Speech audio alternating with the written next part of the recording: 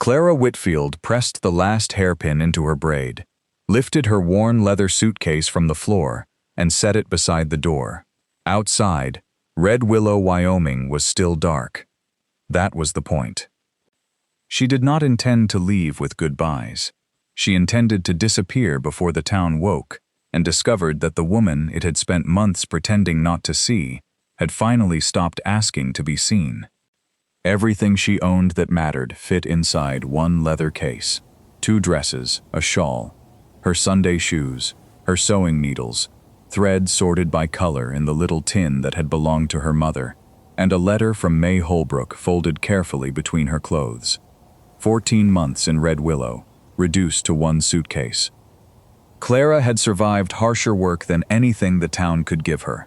She had cooked in a Nebraska roadhouse, sewn in a Denver boarding house, worked until her fingers cramped, and learned early that a woman without money or family was often tolerated only while she remained useful.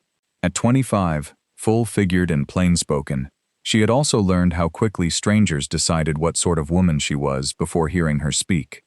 Red Willow had seemed different. May Holbrook, the 71-year-old owner of the bakery, had hired her after watching Clara roll dough for nearly an hour.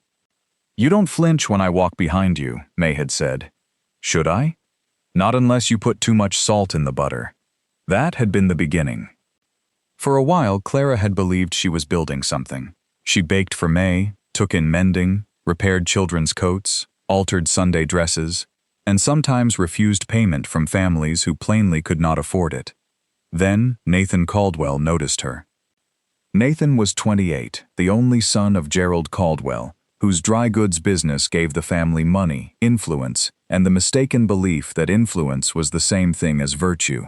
Nathan had offered Clara his help in keeping her work through winter. The way he leaned against May's counter and stood too close told Clara what sort of help he expected in return. She looked him straight in the eye. "Mr. Caldwell, I'm going to need you to take your elbows off May's counter." He laughed once, coldly, and left. Within 2 weeks, the stories began. Clara was dishonest. Clara cheated customers. Clara had a violent temper. Clara had been driven from every town she had ever lived in. None of the stories were specific enough to prove, and all were specific enough to repeat. Mending vanished from her doorstep. Families who had hired her sent for their clothes without explanation. The owner of her boarding house asked her to leave. At church, women filled empty seats with coats when she approached. At the water pump, conversations stopped. May threw Nathan Caldwell out of her bakery, but even May could not reach everywhere his father's money did. So Clara rented a colder room above the general store, one with a window that would not close, and kept trying until trying became another word for waiting to be humiliated. Then she counted her money. There was enough for stage fare west. Barely. For 3 days the suitcase remained packed beside her bed, while Clara told herself she might stay. On the 4th morning, she stopped bargaining with a town that had already made its choice. She put on her coat. She lifted the suitcase. She reached for the door. 3 quiet knocks stopped her. Not Nathan Caldwell's impatient pounding. These were evenly spaced, deliberate. Then came a man's voice. "Miss Whitfield." Clara froze. "I know it's early. I apologize. Who is it?" "Ethan Walker. I have a ranch 4 miles out on Sweetgrass Road. We haven't met." "Then why are you at my door?" A brief silence. "May Holbrook told me where to find you. She said if I waited until a decent hour, you'd already be gone." Clara looked at the suitcase. She was right, wasn't she? Ethan asked. "What do you want, Mr. Walker?" "5 minutes. I'm leaving. I know." His answer contained no command and no argument. Then his voice came through the door again, deep and measured. "Miss Whitfield, I know what this town has done to you, and I know you've got every reason in the world to walk out that door and never look back. I'm not going to tell you those reasons aren't good enough." He paused. "But don't open that door to leave just yet. Open it because I've got something to say that I should have said sooner."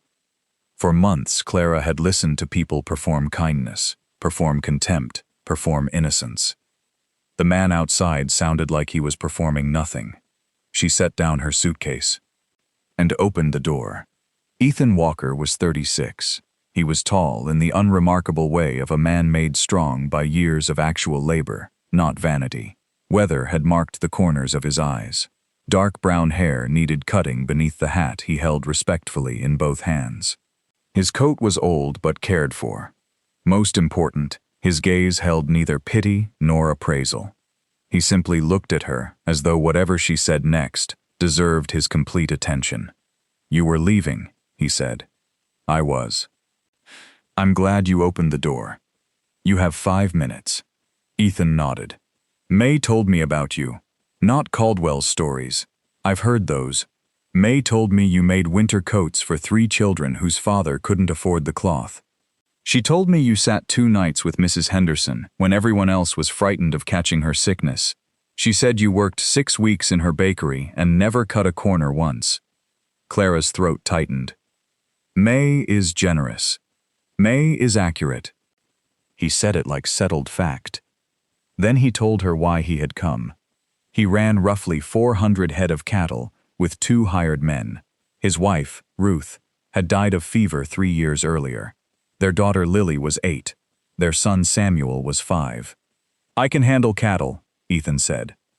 "I can mend fence, shoe a horse if I have to, keep a barn standing, and get stock through winter. What I can't do is all of that, and give those children everything they ought to have. You need a housekeeper." "No." That answer surprised her. "I need someone who can help make the house a place children grow up in.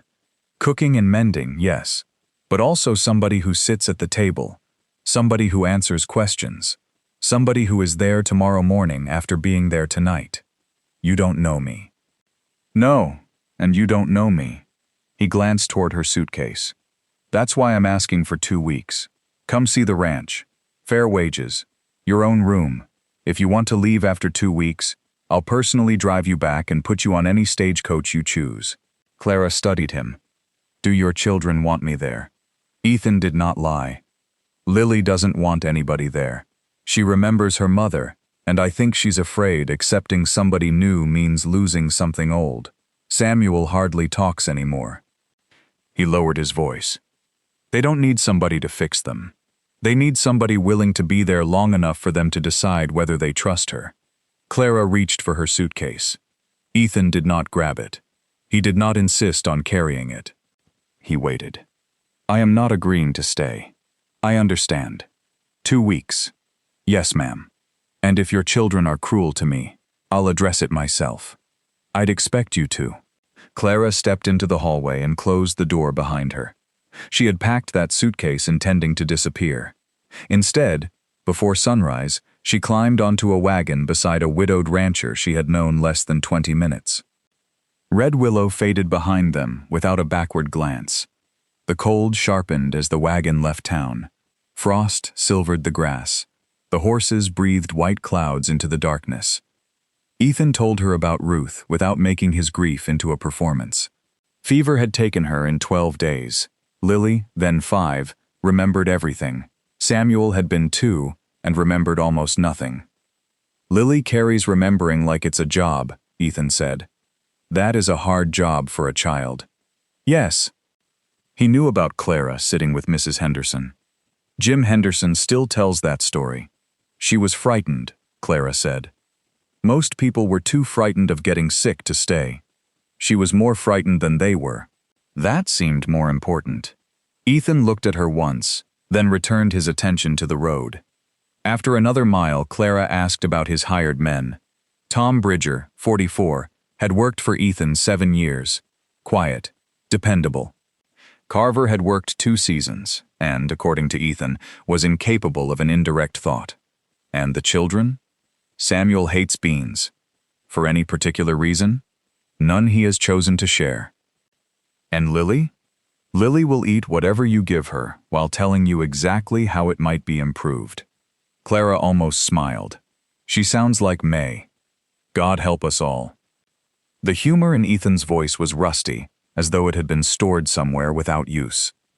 By sunrise, the ranch emerged ahead of them, A sturdy house, barn, corrals, pasture, fencing disappearing into pale Wyoming distance. Nothing was ornamental. Everything had been built to last. For the first time since Clara packed her suitcase, she wondered whether a beginning could be something other than another form of running. The house smelled of wood smoke, wool, coffee grounds, and years of meals prepared because people needed feeding. Ethan started the stove. "I can make the coffee," Clara said. "You just arrived. I know where I am. I don't know where anything is. Show me." He did. That small obedience mattered more to her than he could have known. Before 6, Lily appeared in the kitchen doorway. She had Ethan's dark hair and the alert expression of a child who believed safety depended upon noticing everything before anyone else did. She looked Clara up and down. "Who is she?" "Miss Whitfield," Ethan said. "She'll be staying with us for a little while." "Why?" "To help. We don't need help." Lily looked directly at Clara. "We've been fine." Clara did not use the falsely sweet voice adults often used with children. "Good morning, Lily." Lily continued studying her. "You're big." "Lily," Ethan warned. "I didn't say bad. I said big." Clara almost admired her precision. "Are you going to change things?" Lily asked. "Some things, probably." The girl blinked, expecting a promise that nothing would change. Clara continued. "But I won't change something without a reason." That answer seemed to unsettle Lily less than reassurance would have. Then Lily said, "Papa's bread is terrible." Ethan sighed. "It's flat," Lily continued. "Like he forgot to let it rise and decided that wasn't important." "I'll remember that." Lily sat. "I take honey in my oatmeal." Clara placed the honey on the table instead of choosing the amount for her. Lily noticed. Samuel arrived later with sleep-heavy eyes and hair pushed sideways. He stopped when he saw Clara. She crouched enough to meet him closer to eye level. "I'm Clara." Samuel looked past her at the stove. "That oatmeal for me? If you want it." He nodded and sat down. That was the entire negotiation. The rest of the first day was work. Ethan left with Tom and Carver. The children went to school. Clara stood alone in the kitchen, rolled up her sleeves and took stock. She scrubbed, inventoried the pantry and root cellar, washed bedding, tightened a loose curtain rod, fixed what she could fix, and made lists for what she could not. In the linen cupboard she found a hand-pieced double wedding ring quilt folded with too much care to be ordinary storage. She knew immediately whose it had been. Ruth's. Clara unfolded it only long enough to admire the faded stitching. Then she folded it along the same lines and put it back. Some things in a house could be changed. Some deserved to be left untouched until the people who loved them were ready. By noon, bread was rising, and bean soup with salt pork simmered on the stove. Tom Bridger stopped at the kitchen door when he smelled it. "You must be Miss Whitfield. You must be hungry." "Yes, ma'am." Carver appeared behind him, pulled off his hat, and stared at the bread with near-religious wonder. "Is that real bread?" "The only kind I know how to make." Carver sat immediately. "Mr. Walker has been making something he calls bread for 2 years. So I've heard." "Lily?" "Lily?" Carver nodded gravely. "She's terrifying. She is 8. Terrifyingly 8. Tom ate without wasting words, and washed his own bowl afterward. Ethan came in last. He stopped at the kitchen threshold. The swept room, the bread, the steam rising from soup, and 3 people sitting at his table seemed to strike him harder than Clara expected. "You didn't have to do all this." "No?" She met his eyes. "I wanted to." That evening, Samuel ate 4 pieces of bread. Lily returned from school furious because a girl named Lucy Marsh had mocked a badly repaired seam in her pinafore. "Papa fixed it," Lily said defensively. "He didn't do it wrong. The fabric just—" "Bring it to me tomorrow," Clara said. "I'll mend it." "You can?" "I can fix anything that can be sewn." Lily's suspicion shifted 1 degree toward interest. That night, Ethan asked Clara about her first day. She told him about Ruth's quilt. "I didn't use it." Ethan went still. Thank you. It wasn't mine to use. She made it our first winter together. It's beautiful. She would have had some strong opinions about how I've kept this house. Then it's a good thing the house is better now. Because of you. Because of both of us. You're the fool who drove 4 miles before dawn because May Holbrook told you to hurry. A real smile almost appeared. Later, as Ethan left the kitchen, he paused. The window in your room doesn't seal properly. Clara stared at him. You noticed? I've got weather stripping. I'll fix it tomorrow. You don't have to. I know. He looked at her. I want to. The words followed Clara upstairs. She had spent years listening to people explain what she should do, what she owed, what place she should accept. Want was different. The next morning, Ethan fixed the window before beginning ranch work. Clara started paying attention. Over the following days, she learned the ranch by rhythm. Tom whistled 4 bars of the same hymn when things were going well, and stopped when something worried him. Carver reported every fact in his possession with cheerful bluntness. Ethan worked until exhaustion, then often sat alone at the kitchen table with coffee gone cold, as if allowing himself to rest required permission nobody had given him. On Clara's second night, she found him asleep upright in his chair. She covered him with the wool blanket hanging near the door. She did not wake him. Lily took longer.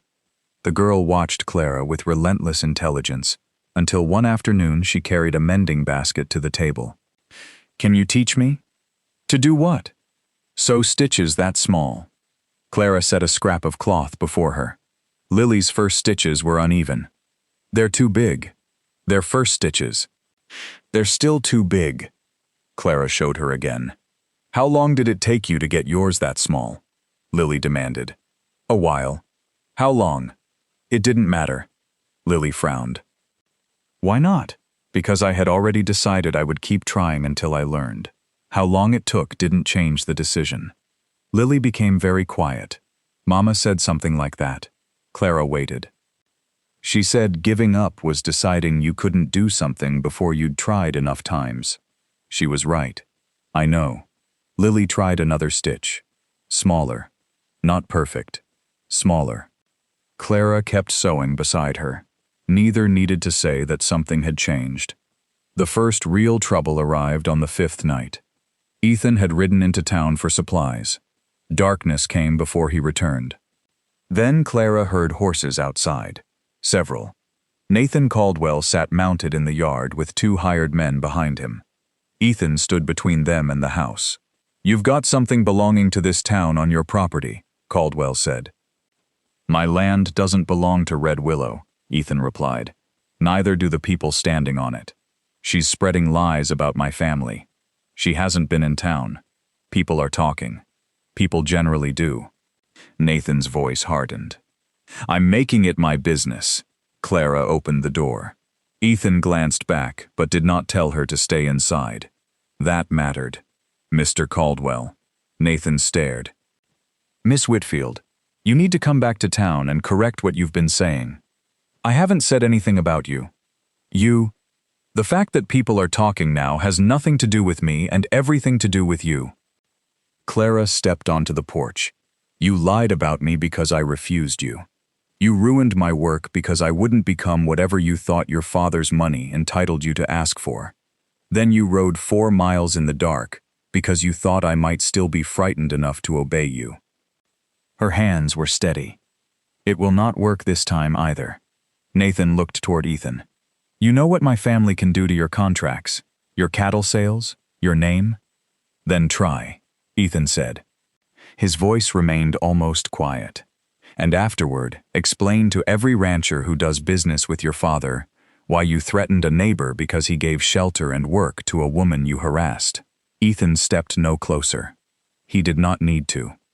May Holbrook remembers exactly what happened, Nathan. She isn't afraid of your father. Caldwell looked from Ethan to Clara. He had expected the woman Red Willow had isolated, exhausted, ashamed, desperate to avoid another blow. That woman was no longer standing there. Nathan turned his horse and rode away. When the hoofbeats disappeared, Ethan came onto the porch beside Clara. I didn't stop you. I know. I wasn't sure you'd want me to speak for you. I didn't. A pause. Thank you. You weren't afraid. Clara looked into the darkness where Caldwell had vanished. I was afraid for months. I stayed quiet. I waited for somebody else to make it stop. She folded her arms against the cold. It didn't help. Behind them, Lily appeared, despite having been told to remain indoors. Did you tell him off? I told him the truth. Lily considered this. Same thing. She went back inside. For the first time in a long while, Clara laughed. By the 8th morning, Clara realized she had stopped counting the days.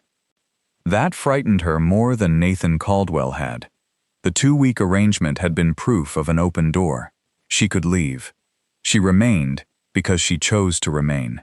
But sometime during the week, she had stopped thinking about the stagecoach altogether. Ethan came into the kitchen before sunrise to find coffee already waiting. The north fence came down, he said. Tom thinks the posts rotted through. I'll have supper ready when you get back. He looked at her. You've said that every morning. It's been true every morning.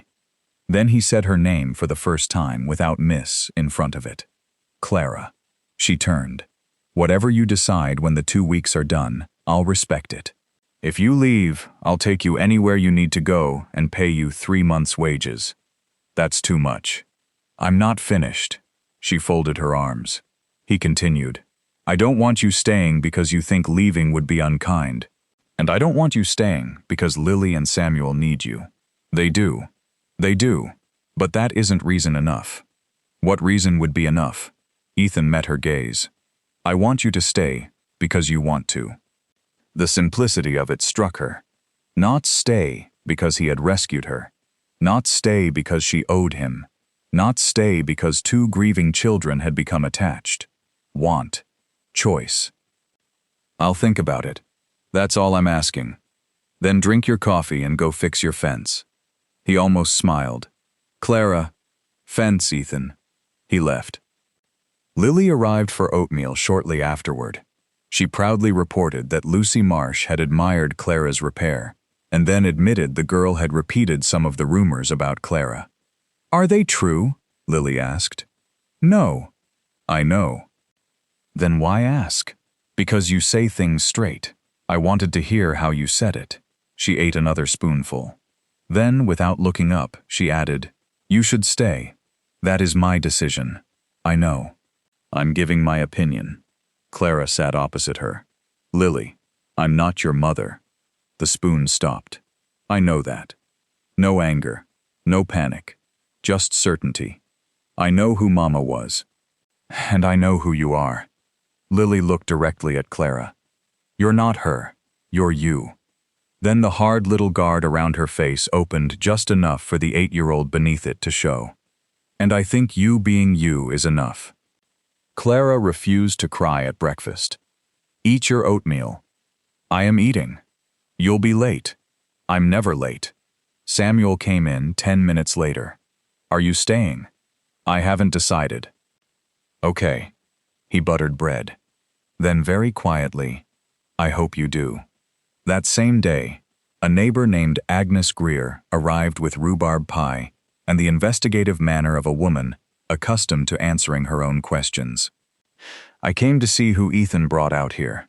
And, Agnes gave Clara an unapologetic inspection. You aren't what Caldwell has been saying. No. May told me as much. Agnes sat down. This ranch has been running on half a heart for 3 years. Clara glanced toward the window. Ethan manages it well. Managing is not the same as living. Agnes explained that Ethan had tried to be father, mother, rancher, cook, and everything else after Ruth died, working too hard at all of it and doing none of it as well as he believed he ought to. He's decent, Agnes said. Not perfect. Works too much. Talks too little. But decent is rarer than it ought to be. She looked toward the bedrooms. And those children need consistency. Somebody who is still there tomorrow morning. I know. Are you staying? I'm considering it. What stops you? Clara thought before answering. I have started over enough times to know how dangerous it is to convince yourself a place is different simply because you need it to be. Agnes nodded. Fair. No argument. No persuasion. Just fair. Clara liked her immediately. That afternoon, while repairing a loose floorboard in Samuel's room, Clara noticed a drawing above his bed. 3 figures. A tall man wearing a hat, a small child with enormous round cheeks, and between them, a fuller figure holding something that looked unmistakably like a loaf of bread. Clara stood there longer than necessary. Then she returned downstairs and fed the stove. That evening, Ethan came home soaked from fence work, hands reddened from cold. She gave him coffee. Agnes visited. I suspected she would. She says you're decent. Agnes is generous. No, Agnes is accurate. He smiled faintly. She also said you've been running this ranch on half a heart. The smile disappeared. I think she's right, Clara said. Ethan stared into his coffee. So do I. Clara sat across from him. Why did you really come to my door? May sent me. May told you about me months ago. Ethan looked up. Agnes told me. Clara leaned forward. You had months to ask. You waited until the morning I was leaving. You drove into town before dawn at the last possible moment. She waited. Why? For a long time, only the stove answered. Finally, Ethan said, because I was afraid of what going there meant. What did it mean? That I was admitting I needed more than practical help. His hands tightened around the cup. For 3 years, I told myself I needed a cook, someone for the children, someone to manage the house. And I was lonely. The admission clearly cost him. I had been lonely since Ruth died, and I didn't know how to say it without feeling like I was betraying something. So you waited until it was that morning, or never. Yes. I almost didn't come at all. I sat here the night before telling myself May was wrong and that I would look human? His mouth twitched. I was going to say desperate. Sometimes that is the same thing. He stared at her. You always do that. What? Say the thing I've been walking around. The walking around is why it seems complicated. He shook his head slightly. How do you still do that? After what Red Willow did, how do you say things straight without armor? Clara thought of the cold room, the broken window, the suitcase. I had armor. Her voice became quiet. I wore it every day in that town. She met his eyes. But I packed it when I left. I was done needing it for them. A beat passed. I'm not interested in needing it here. Ethan's face changed. Not dramatically. Something simply eased. Good, he said. That night, the silence between them was no longer empty. 6 days later, Lily was sorting dried beans while Clara worked when she abruptly asked, Have you ever loved somebody? Clara looked up. That is a sudden question. I've been thinking about it. Lily kept sorting. Someone you chose, not your parents. No. Are you sad about that? Sometimes. Could you? Clara went still. Could I what? Love somebody you chose. Wind pressed softly at the window Ethan had repaired. Yes, Clara said. If he was the right person. Lily nodded. Good. Lily, I'm sorting beans. You are never just sorting beans. That earned a small frown. Papa is different when you're here. Clara waited. He smiles. The girl's hands slowed. He didn't for a long time. For one moment, Lily looked very young. I just wanted to know if it was possible.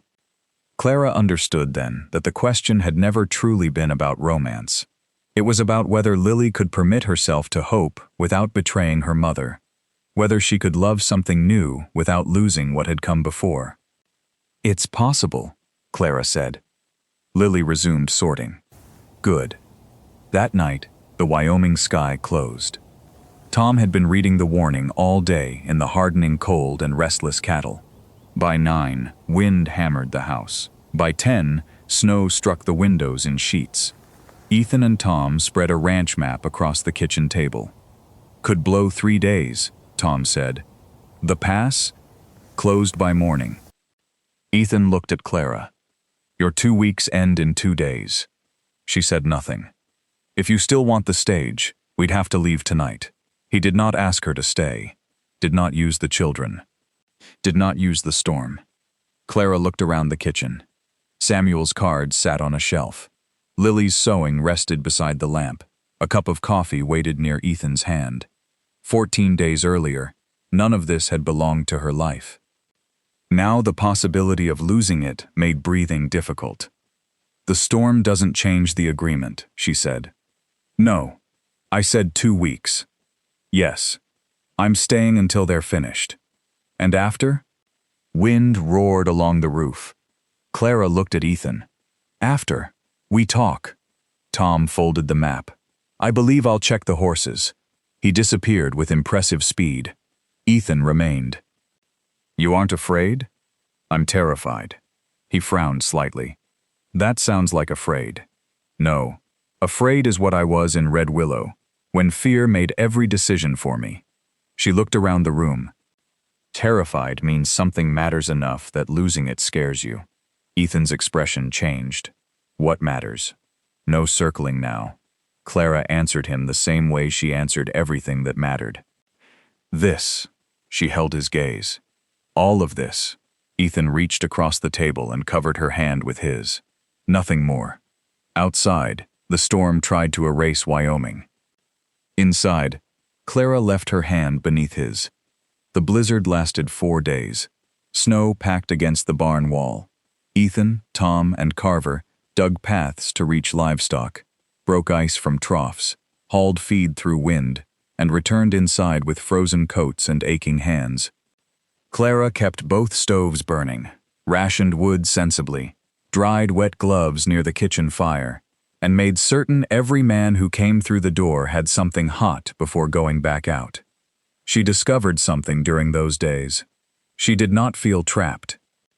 The storm had reduced the world to what mattered: a house, a barn, animals depending on them, children needing warmth, and people taking turns keeping one another alive. Samuel taught her a card game with the solemnity of a professor. It's called war. I have heard of it. I'll explain anyway. Of course. You can make bread while I teach. Very efficient. Samuel explained every rule while Clara kneaded dough. When he finished, he said, You listen good. Well? You listen well. Thank you. He studied her. Most adults listen like they're waiting for children to stop talking. Clara wiped flour from her hands. You're worth listening to. Samuel absorbed that in silence. Okay. He took his cards away. Lily practiced sewing and pie crust. She talked about Ruth more often during the storm than she had in all the days before it. Mama could make crust. So can you. Not yet. Yet is important. Lily worked the rolling pin. My mother taught me most of what I know, Clara told her. She died when I was 19. I learned the rest alone. Lily stopped. That's young. Yes. Were you scared? Every day for a long time. But you kept going. I did. Lily pressed the rolling pin into the dough again. I'm going to keep going too. I know, Clara said. I knew that the morning I met you. Ethan came in later to find Samuel playing cards, Lily arguing strategy, Clara serving soup, and the kitchen filled with the ordinary disorder of people safe together. He stood in the doorway with snow melting from his shoulders. For one instant, he looked like a man who had spent years afraid the thing he needed most would never be waiting when he came home. Then Samuel complained about Carver cheating at some earlier game. Lily corrected his version of events, and life moved on. Clara pretended she had not seen Ethan's face. On the third storm day, someone knocked. Clara knew immediately it was neither Nathan Caldwell nor a neighbor arriving casually. The knock was tired. She opened the door. A woman around 60 stood in the snow, wrapped in a shawl far too thin for the weather. I'm looking for Mr. Walker. You found him! Come inside. I don't want to impose. You walked through a Wyoming storm. You can worry about imposing after you're warm. The woman's name was Vera Halt. Her husband had died in October. Their small homestead lay beyond the ridge. Vera had tried to manage it alone until the storm finally made denial impossible. She drank Clara's coffee with both hands around the cup. I'm not asking charity. I can cook, wash, tend animals, whatever needs doing. I need somewhere until spring. Then I'll figure out what comes next. Clara knew that voice. Pride, trying to survive desperation. She had spoken in it herself. Let me get Ethan. Ethan came from the barn, sat across from Vera, and listened until she finished. Then he said, "We have a spare room." Vera started to object. You work for your board if that makes you comfortable. You decide how much based on what you can manage. Nobody here is going to work you into the ground. He paused. And come spring, Tom and I will go look at your homestead. If the place can be saved, we'll help you save it. Vera lowered her gaze to the coffee. Thank you. Clara watched Ethan and understood with final clarity that the open door he had given her had not been an exception made because he found her useful. It was who he was. Later, after Vera was settled, Ethan and Clara sat with tea while the storm weakened beyond the walls. The 2 weeks ended this morning, Ethan said. I know. You didn't mention it. Neither did you. He turned his cup slowly. I meant what I said. I don't want you staying because you think you owe us. I know. Then why are you staying? Clara could have said Lily. Samuel. The house. The work. All were true. None was the center. Because of you. Ethan stopped moving. Because you drove 4 miles in the dark when you were afraid to. Because you fixed a window nobody asked you to fix. Because when Caldwell came here, you stood beside me without standing in front of me. Because you gave Vera a room before she had to beg for one. Clara held his gaze. And because when I speak, you hear what I mean, instead of deciding what you want me to mean. She swallowed. I have never had much of that. Ethan reached across the table. Clara Whitfield. Yes? Will you stay? She waited. Not for another trial. Not until spring. Will you stay because you believe this is where you belong? Her fear remained. So did her certainty. Yes. The word came easily, once she stopped trying to protect herself from wanting it. I'll stay. Ethan closed his eyes briefly. When they opened again, his voice had roughened. All right. All right. He tended the stove. When he returned, he did not sit across from her. He pulled his chair beside hers. They finished their tea, shoulder to shoulder, while the storm finally began to die. When the pass reopened, Clara rode into Red Willow with Ethan, Lily, and Samuel. Lily had insisted. If you're staying, people ought to see you staying. May Holbrook took one look at Clara entering the bakery and said, Well, Clara answered. You look different. I'm the same woman. No. May came around the counter. You look like somebody who stopped bracing for the next blow. Clara's throat tightened. May. Don't start. I have cinnamon rolls burning and 14 months' worth of questions. She pointed at Ethan. Walker, you did good. I had good information. You had excellent information. Agnes arrived later and told Ethan plainly not to waste what had happened. That woman has spent years being made smaller by people who weren't worth a quarter of her. If she trusts your house enough to stay, don't make her spend the rest of her life proving she deserves the space. I know what she deserves, Ethan said. Nathan Caldwell entered the bakery before afternoon ended. Clara heard his voice from the back room and felt the old instinct tighten through her body. For one breath she was back above the general store, cold air leaking through the window. Then she walked into the front room. Nathan stopped. Miss Whitfield. Mr. Caldwell. I heard you were still in the county. I live in the county. His eyes flicked toward Ethan. The Walker cattle operation depends on relationships. People may wonder what kind of arrangement. People can wonder. Clara's voice remained level. What matters are facts. Nathan's jaw tightened. And what facts would those be? That I came to Red Willow and worked honestly, that I harmed no one, that you spread lies because I would not give you what you wanted. The bakery became absolutely quiet. The people in this room know what happened. She stepped closer. And the fact that matters most is this: I am staying. Nathan stared at her. Not because you approve, not to spite you. Your opinion simply has nothing to do with where I live anymore. May folded her arms. Nathan. He turned. Out of my bakery. May. My bakery. She pointed toward the door. Out. Nathan left. The door closed. Samuel continued eating his cinnamon roll. I don't like him. Lily frowned. You've barely met him. I can tell. May laughed so suddenly that everyone joined her. Clara felt something inside herself finally unclench. Ethan came beside her. He did not seize her hand or announce possession. His shoulder simply rested against hers. That was enough. On the drive home, Samuel fell asleep against Clara. Lily watched the stars. Papa. Yes, you should ask her properly. Silence. Ask her what? You know what. Lily. I'm looking at the stars. I am not part of this conversation. Clara faced forward to hide her smile. 3 weeks later, Ethan entered the kitchen on a Saturday, wearing a better shirt and jacket than ranch work required. Clara saw the ring in his hand. A thin band, a small stone, nothing extravagant. Real rather than impressive. Clara Whitfield. She turned from the bread dough. Ethan started awkwardly. I know I'm not. Don't tell me what you aren't. He stopped. Tell me what you are. He inhaled. I'm a man who drove 4 miles in the dark because he thought if he didn't, the best thing that hadn't happened to him yet might disappear before he got there. Clara's breath caught.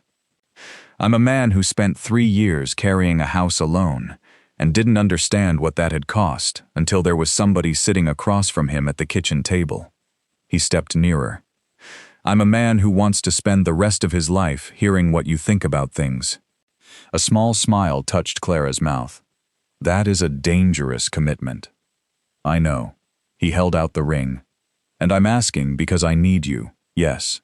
But need isn't the reason. His eyes never left hers. I want you, Clara, your mind, your stubbornness, your bread, your opinions. The way you tell me when I'm circling instead of speaking. He paused. I want this life with you in it. Clara looked at the man who had never once treated her gratitude as a debt. Her hands remained steady. Yes, Ethan Walker. His expression broke open. Yes, yes. He slid the ring onto her finger. Running feet immediately sounded in the hallway. Lily appeared. She said yes? She said yes. Lily spun around. Samuel. Samuel arrived, inspected the ring, Clara, and his father. Then he nodded gravely. Good. His approval seemed complete. That's good. Clara laughed. 16 days after she had arrived carrying a suitcase, she understood that she was no longer enduring a place until she could escape it. She had chosen this house, and the people inside had chosen her back. The wedding came on a Thursday. May declared Thursday perfectly acceptable for the best thing that's happened in this county in 3 years. Agnes lent Clara a blue dress that had once belonged to her daughter. Vera pinned Clara's hair with the ivory pins that had belonged to Clara's mother, the same pins she had carried from town to town in the bottom of her sewing tin, waiting for an occasion she had stopped believing would ever come. Lily watched from the doorway. You look different. Apparently everyone has decided that. No, I mean different from when you came. Clara met Lily's eyes in the mirror. How? You stopped looking like you're waiting for something bad to happen. Clara became still. When? Lily considered carefully. The night Caldwell came to the ranch. The night I went outside? Yes. Lily stepped closer. After that, you stopped bracing. May had used the same word. Clara looked at the girl who would never be careless with her heart, but had become willing to open it. Soon, Clara thought, the child would bear the same surname she would. Lily looked down. then spoke in the quiet voice reserved for truths that cost her something. "Mama would have liked you." Clara could barely answer. "That may be the kindest thing anyone has ever said to me. Don't make it a big thing." "I won't." And she didn't. She simply let Vera finish pinning her hair while Lily stayed beside her. The ceremony took place in the ranch house. Ethan wanted to marry where they actually lived, in the room where his children did lessons, where Clara had told him the truth, where coffee had gone cold during late conversations, and where a storm had once howled outside while she chose not to leave. May brought cinnamon rolls. Agnes came with her husband Arthur. Tom wore a collar that apparently offended him. Carver attempted to look respectable and nearly succeeded. Vera brought cornbread. A circuit preacher named Reverend Aldous stood in the main room and married them with the calm of a man who had performed frontier weddings in barns, wagon beds, and once, according to May, standing ankle-deep in river water. Ethan waited near the fireplace. When Clara entered, he looked at her the same way he had looked through that first open door. Fully.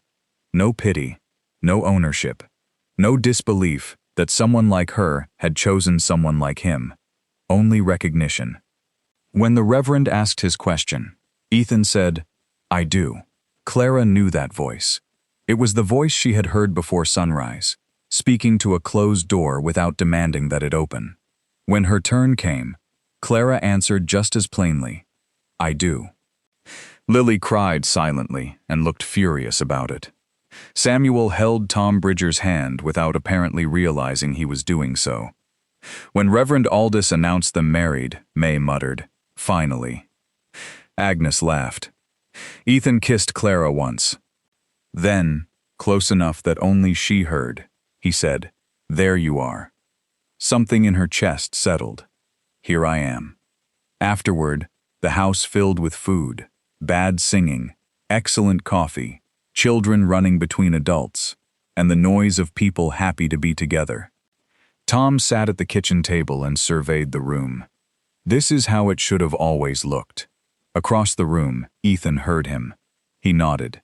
Nothing more needed saying. Late that evening, after the guests left, Clara sat on the porch beside her husband. Her husband. Even thinking the word brought wonder. Cold air moved down from the north. Stars appeared over the ranch. "What did you think that morning?" Clara asked. "What morning?"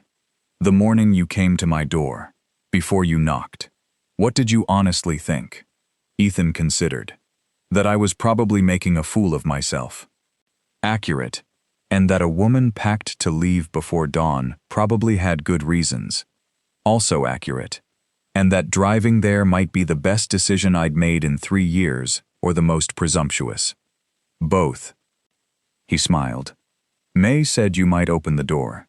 I almost didn't." "I know." "No. I mean, I had my hand on the latch. I had decided to ignore you until you left. What changed?" "I still don't know." Ethan took her hand. "I think I do." She waited. "You had given up on Red Willow." His thumb moved once across her knuckles. "But you hadn't given up on everybody. Somewhere in you, one door was still willing to open once more." Clara considered that. That is unreasonably wise for a man who spent years pretending he needed nothing. 3 years. You once said 4. "I was rounding." She laughed. Inside the house, Samuel called sleepily. Clara rose automatically. Before she reached the door, Lily's voice floated from the bedroom. "She's right here, Samuel." "Go back to sleep." Silence returned. Clara looked toward Ethan. He understood. She came back and sat beside him. He put an arm around her. There was no magic in how naturally she fit against him. Only 2 people who had lost enough to understand exactly what choosing again cost. The years afterward were not gentle simply because Clara had found happiness. Wyoming remained Wyoming. Winters buried fence lines. Springs arrived late. Summer grass sometimes browned before the cattle had eaten enough. One year the market collapsed, and Ethan, Tom, and Carver worked until exhaustion to keep the ranch from failing. Clara kept accounts, stretched supplies, repaired what could be repaired, and refused to let hard seasons turn the household hard. When Samuel later suffered a fever for 3 weeks, she scarcely left his bedside. The night his temperature finally broke, Clara walked alone into the barn, sat in the hay, and cried. Not because he was dying, because he was going to live. Ethan found her. He did not tell her to stop. He sat beside her and put an arm around her until the fear left her body. "He's going to be fine," he eventually said. "I know." She wiped her face. "That's why I'm crying. I know that too." Lily grew almost exactly as everyone expected. Sharp, capable, direct. At 12, she could help manage household accounts. At 14, she corrected ranch hands twice her age about fence work. Tom told Ethan that by 20, she would be a terror in the finest possible meaning of the word. At 16, when a young man from the next county began calling, Lily came to Clara. "What should I look at?" "What do you mean?" "How do I know whether he's actually decent?" Clara thought about it. "Watch who he becomes when things are inconvenient." Lily listened. "Anybody can be charming in good weather. Watch what he does when he is cold, tired, worried, or when helping you gains him nothing." "That's what you did with Papa." "Yes." "What convinced you?" Clara smiled. "The window." "What window?" "My bedroom window. The second morning I lived here, it leaked cold air." "And?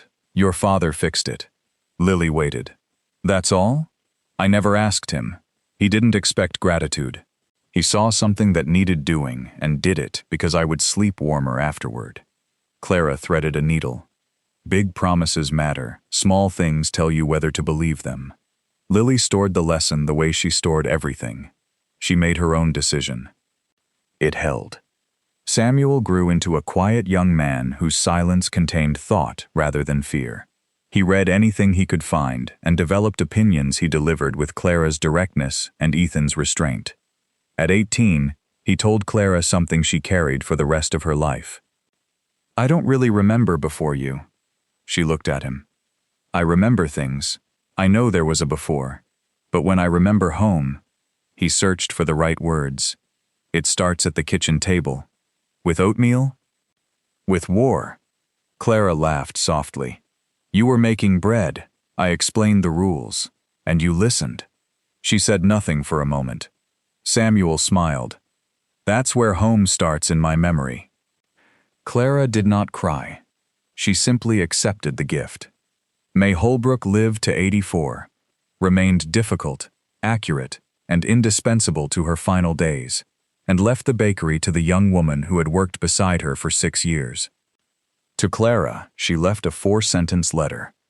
The last sentence was the same one Clara had carried in her pocket during those final cold weeks above the Red Willow General Store. "I know what you are. Don't let anyone tell you otherwise." Clara folded the new letter exactly as she had folded the old one. Nathan Caldwell left Red Willow 2 years after Clara's wedding, when consequences connected to his father's business finally proved larger than the Caldwell name. Agnes heard the news while drinking coffee at May's counter. Good riddance. That was all the obituary Nathan's reputation required. When spring came after the great storm, Ethan kept his promise to Vera Holt. He and Tom helped repair her homestead. Vera returned there and ran it for 6 years before her daughter came from Missouri to live with her. Every Thursday, however, Vera still rode to the Walker Ranch. At first, she came to help with mending. Eventually, nobody pretended she needed a reason. Years passed. One evening, long after the suitcase Clara once carried had been stored away and forgotten, she sat on the same porch beside Ethan. He brought 2 cups of coffee. The ranch spread below them. Barn, fences, cattle moving dark against evening grass, mountains holding the last light beyond them. It was not a grand ranch. They had never become rich. There were patched roofs, scarred tables, repaired gates, old saddles, and boards that still complained under familiar footsteps. It was real. Everything there had been worked for, repaired, argued over, worried about, forgiven, and loved. "Ethan? Do Do you remember what you told me when you asked me to stay? He handed her coffee. I said several things. You said you didn't want obligation. I remember. You wanted me to want to stay. Yes. She turned toward him. He was older now. Silver had entered his dark hair. Weather had deepened the lines around his eyes. Yet when he looked at Clara, his attention remained unchanged. That had survived everything. I want you to know something, she said. All right. I want to be here more now than I did then. The evening settled around them. More than the first year. More than the wedding day. More after every hard winter and every ordinary morning. Her hand rested beside his. That never changed. Ethan looked at her for a long moment. I know. Good. She smiled. I wanted to say it anyway. He took her hand. Behind them came the sounds of the house. Voices, footsteps, somebody moving a chair. The familiar life of rooms that were never truly empty anymore. Clara thought of another door. A colder door. A suitcase beside it. A 25-year-old woman who had believed disappearing quietly was the closest thing left to dignity. Ethan's words had stopped her at that door, but he had never dragged her away from it. He had offered 5 minutes. She had opened it herself. She had set down the suitcase herself. She had chosen the wagon. Chosen to speak when Nathan Caldwell came riding into the yard. Chosen to remain through the storm. Chosen the children without pretending to replace their mother. Chosen Ethan without confusing gratitude for love.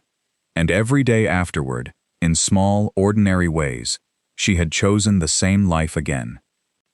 The town had once taught Clara that survival meant making herself smaller until other people could tolerate her.